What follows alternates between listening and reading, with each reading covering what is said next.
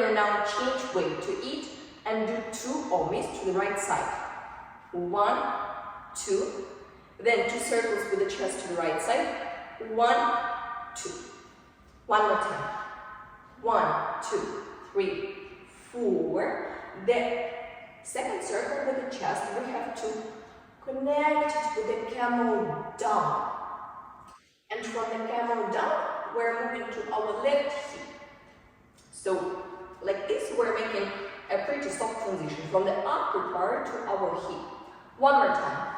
Om, chest, chest, accent, little shimmy, and then we're doing reversed camel, up, boom, and at the end, you should open your upper part as much as possible and do accent with your head back. One more time for oms. 1, 2, 3, 4, boom,